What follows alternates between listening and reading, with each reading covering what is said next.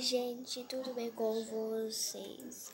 Hoje é sábado de noite, agora eu vou lá ver os coelhos que eu não vi durante o dia todo.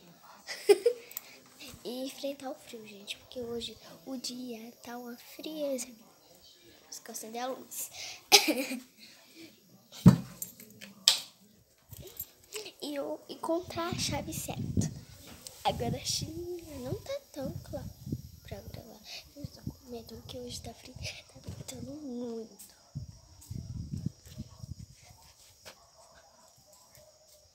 Essa não, essa tá aqui pronto. Aí agora eu vou abri-la. Abri-la. Oi, Abriela.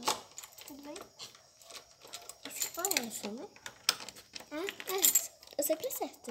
Quando ela fala assim, não acerto. Aqui tá bem. Aqui tá. Oh, bom dia. Boa noite, quarteto. Ai.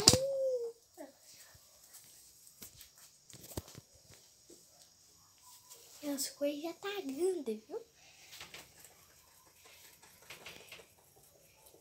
Oh, menininho, viu? Agora, beijo. Tchau, até amanhã. E olha minha unha.